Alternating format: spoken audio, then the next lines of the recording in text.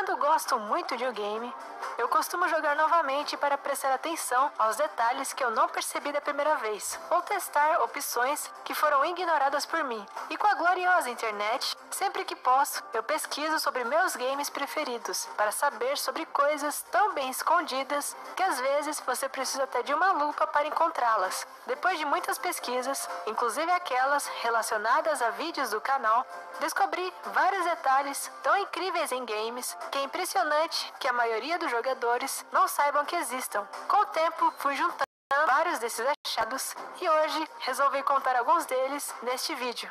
Team Fortress 2 é um jogo que eu gosto, e muito. Isso me motivou a pesquisar em fóruns e nas wikipédias do jogo sobre dicas que pudessem me ajudar durante as partidas.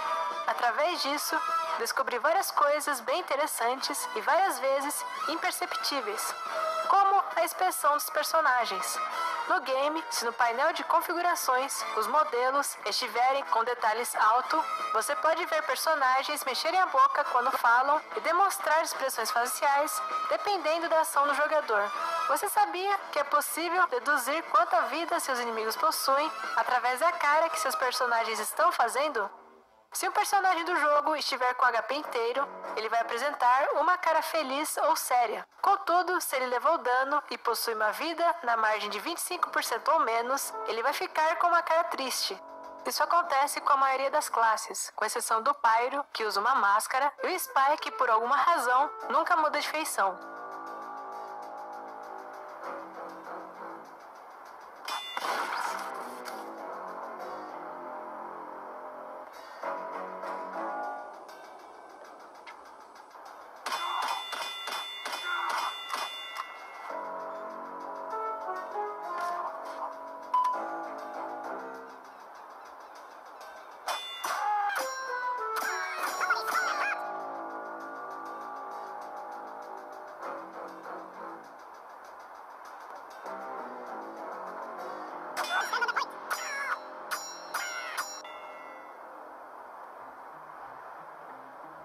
Uma vez machucado, o personagem vai voltar à sua expressão inicial, caso sua vida volte a ser pelo menos maior que 50% do seu valor.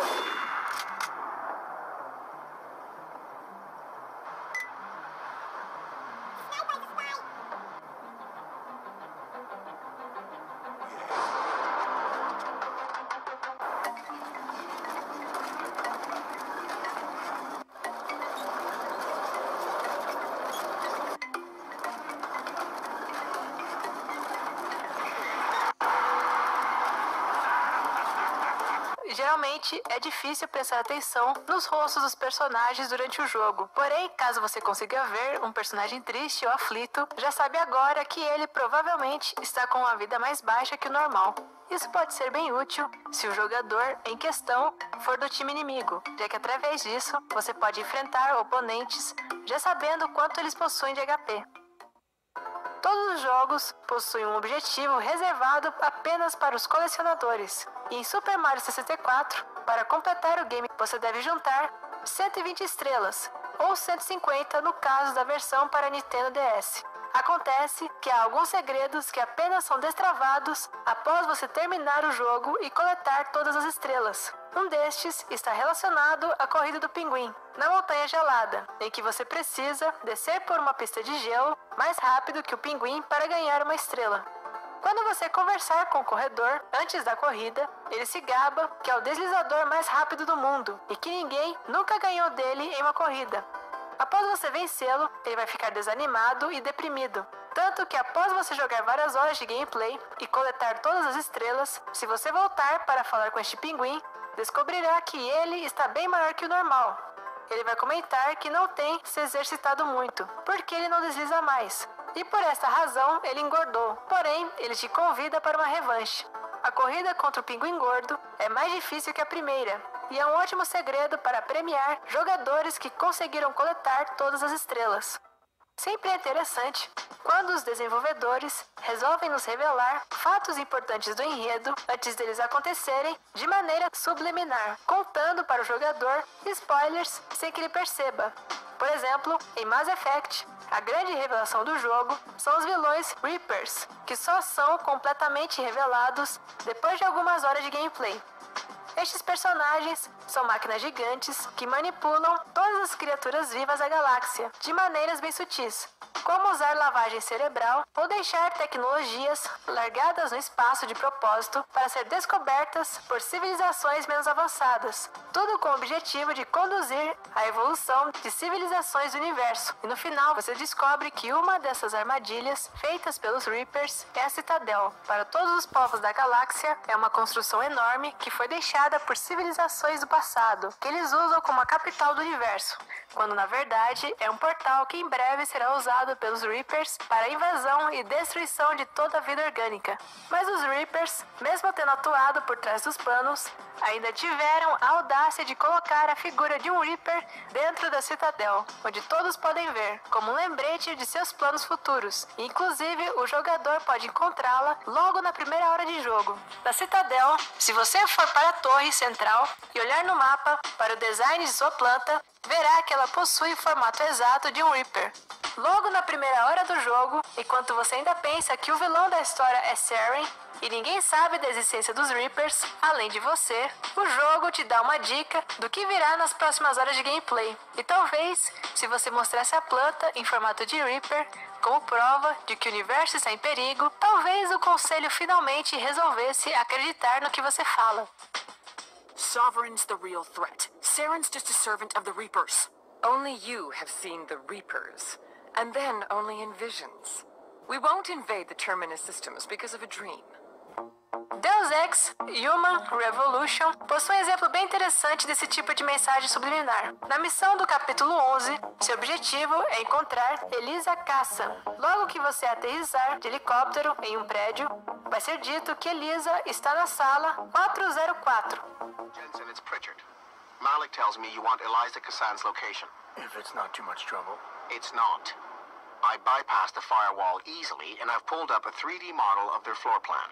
Her office is in the tower, room 404. Porém, quando você chega lá, descobre que Cassan não está na sala. Ela apenas te manda uma mensagem por um holograma. O interessante disso é que o número da sala é 404 e você provavelmente já deve ter visto este código, já que é uma resposta que aparece em páginas da web, quando você tenta encontrar uma página que não existe. Você pegou a referência? A sala era a 404 e Elisa não pôde ser encontrada nela. Porém, as referências ainda continuam, já que, mais para frente na história, você encontra Elisa pessoalmente, mas descobre que ela é na verdade uma inteligência artificial que transmitiu o holograma de uma sala de número 80211. Esse número faz referência a um padrão de rede sem fio que você provavelmente conhece pelo nome de Wi-Fi. Elisa transmitiu sua mensagem da sala 80211 para 404, como se fosse um dispositivo de internet sem fio transmitindo informações para um aparelho. E por fim, o primeiro Bioshock também conta um spoiler de grande importância para a trama no meio do jogo sem você perceber. Na história do jogo, Frank Fontaine usa mentiras para convencer você a fazer tudo o que ele quer. Uma das formas de fazer isso, além de pedir com educação,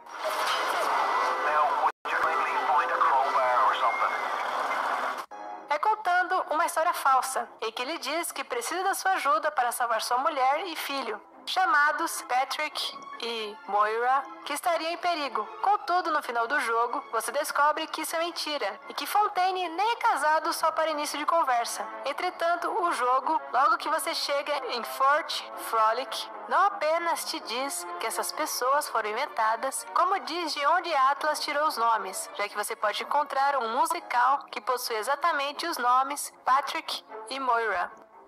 Metal Gear Solid é uma série que gosta de colocar detalhes e segredos escondidos, e o jogo Phantom Pain possui um pequeno detalhe / easter egg que pode ser facilmente ignorado e que escolhemos para esse vídeo pela sua simplicidade e seu lado cômico. Na base mãe, você pode encontrar um aviso de obras indicando que se deve ter cuidado, já que objetos podem cair do alto. O que é interessante é que caso você fique parado na frente da placa, uma caixa realmente vai cair na sua cabeça.